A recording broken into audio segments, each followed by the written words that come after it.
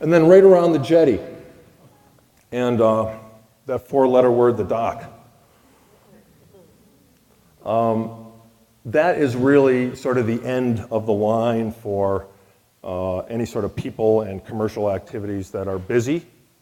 On the north side of that, I think is one of the last great places to build a waterfront lodge in the state of Washington. Port Gamble used to have 2 hotels. Anybody ever go to the Hotel Puget and do the brunch thing? Don't be afraid. Don't be afraid. It was cool, and a lot of people, believe it or not, miss it.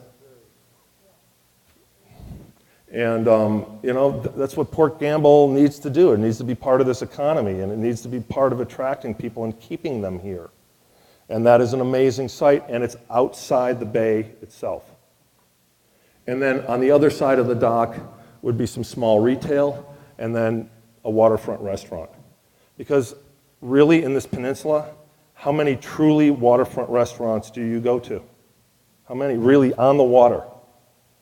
It's not like there's so many of them. And this is an amazing spot for that. And then the idea of the dock is visiting boaters. Did you know if you want to get off your boat in Kitsap County and buy a sandwich, you have to go all the way to Seebeck? I mean, in Salisbury Point, the dock, there's nothing to buy there. Did I miss that? Did somebody say there's something closer than Seebeck? Which one? Oh, okay, so you couldn't drive and you'd have to row in or swim, would be an option. So we want to do better. But look, we're right at the mouth of Puget Sound. Our local businesses, there's no reason that they can't pick up some of that boating traffic. It doesn't put anybody under the Hood Canal Bridge, and it doesn't bring people inside the bay. Will we increase boating traffic in Gamble Bay because of this? Of course we will. But will it be far less than what it was when we had 10 acres of log rafting and tugboats and barges? Yeah, it'll be much quieter than back in the day when the mill was there. Plan B. They call that the dead cat bounce because nobody likes Plan B. Why do we show Plan B? Because you got to show a range of alternatives, and it's to get your brains thinking that what else could be done down there, because usually you give people a picture, and that's just the way it is. But the reality is when the mill shut down, a whole host of people were mourning the loss of our only working waterfront. We have no working waterfront, okay? And maybe that isn't sexy to a lot of people, but it was important to a lot of people because there were great jobs. It was a stalwart of the economy. It was a stalwart of family wage living. And when that closed, Kitsap County zoned the mill site so that we could literally bring a sawmill back.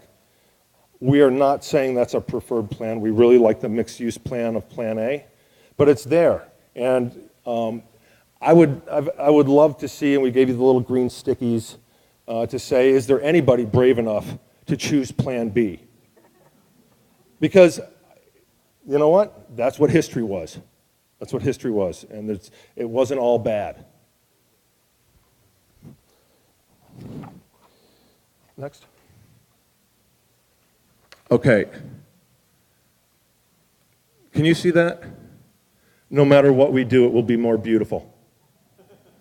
No matter what we do, there will be more trees and more waterfront buffered. No matter what we do, there will be less creosote piling. That is a site waiting to happen. And we're going to be smart about it. We're going to be sensitive about it. But that is a man-made site, and it is in need of a new plan. Jumping quickly, because I'm keeping you late. Kitsap 4, and we're going to do questions and answers afterwards. I'm going to completely shift gears now and go to the Kitsap Forest and Bay project. Public-private partnership trying to preserve 6,900 acres and 2 miles of undeveloped shoreline that we own inside Gamble Bay. Why are we doing this? Is this a flim-flam? Why is the company doing this? We're doing this because the company recognizes there's an enormous social value, enormous ecological value to those lands, okay? And the reason we're doing it is because 5 years ago, to the day, in this room, 530 people showed up and said they would work on a trail plan. To the day, tonight, our 5-year anniversary. And if 530 people didn't show up that night, we would have never proposed this. Okay, so we did that because we thought you would support the effort. Okay, we have lots of ways we can make money. We would love to leave here and leave that as the legacy. Okay, but there's a lot of work left to do. We have to take a business approach. I mean, we're a business, not a park district. We're publicly traded. There's 3,000 people that own us. We can't go giving things away that we don't own. The other reason we do it, we have put 20,000 acres into conservation since 1998. And that's not a place where you get rich quick, but each one of those sales had a business purpose, and each one of those things was real conservation. And why shouldn't we have that right here in Kitsap County with one of the last remaining chunks of unbroken up, undivided property that thousands of people are using right now? Who here is mostly here for the trails? Okay. Who here was at the meeting in 1997? 2007. Boy, we take a long time. Thank you. All right, I'm going to blow through this because it's really, it's getting late and it's getting hot in this room. We started this in 2007. There was the string of pearls concept, right? And the idea was, let's use our land to connect all of our little waterfront villages on a water trail and on a land trail. String of pearls. Started in 2007. 2008, we formed the North Kitsap Trails Association. They are here tonight. Talk to them and thank them for 5 years of working for your trail use. 10,000 hours that they have put into this. In 2010, we formed the North Kitsap Legacy Partnership with Commissioner Steve Bauer. That was an idea where we thought if the public didn't have enough money to buy the land, we would do some trades with real estate densities. That lived for 15 months and got killed. Officially, that is over. The idea of building the 800 homes on the ridge and all of that as a trade, that is done. Okay, so there's a lot of folks that still think that's the plan. That is not the plan. So in 2011, I'm talking about accomplishments. The North Kitsap Trails Association wrote a 170-page plan, the North Kitsap String of Pearls Trail Plan. They wrote this in evenings and on the weekends. It's 170 pages.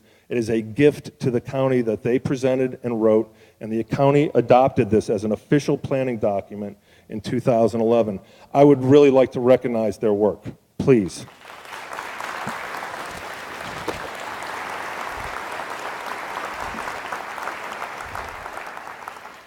Okay, so when we dropped the Kitsap Kitsap Legacy Partnership, the public basically said, listen, can we do all this without this real estate stuff? What if we just buy it from you? And we're getting a little bit of trail fatigue. And so we said, that's fine, but we can't do this forever, okay? And so we said, we'll give you 18 months to check it out to see if there's dollars available. We signed an option contract with a conservancy that used to be called the Cascade Land Conservancy, is now called Forterra.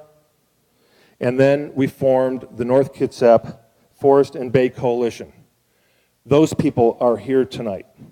Those people, every single day in a million venues, get up and go out at night and try to rally support for the Kitsap Forest and Bay Project to save trails in your backyard. I would really like to recognize them as well.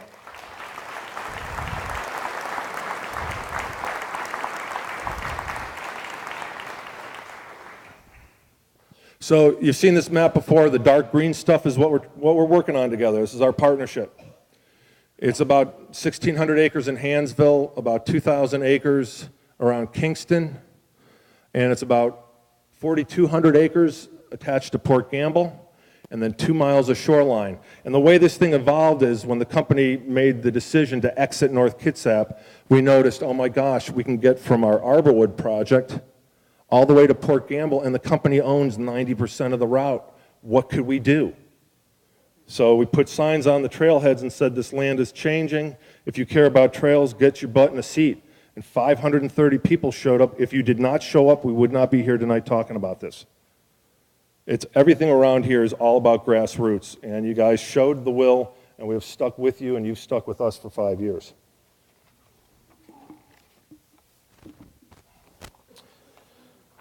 Okay, we've had some successes. In 2002, we had successes that had money, and we had other successes. First success was our local legislative folks, Christine Rolfus, Drew Hansen, Sherry Appleton, worked really hard this year to get us in our county the same tax status as King County, Snohomish, and Pierce, the other dense counties in Puget Sound.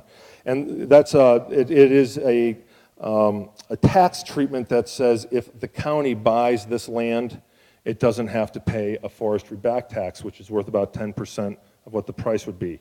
This is not a tax break for Pope Resources. It's a tax, it has been a tax penalty for counties. Counties are specifically named in the legislation as saying, thou shalt not convert working forest to your parks. Okay, that was the purpose of that line in that tax code that said counties here aren't going to do that. If you're going to turn our lands, working forest, into parks, you're going to pay the back tax. Okay, because if we sell this to somebody else, to you, or you, we're not paying, there's no compensating tax paid, because as long as you keep it in forestry or you keep a 20-acre parcel, there's no tax that needs to be paid, but counties are mentioned specifically. Our legislators worked really hard. It was the last hour of session that this got passed.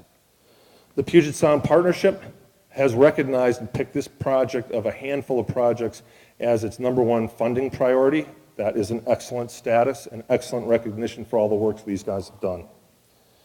And the partnership and that's a governor's agency, just like DOE or DNR.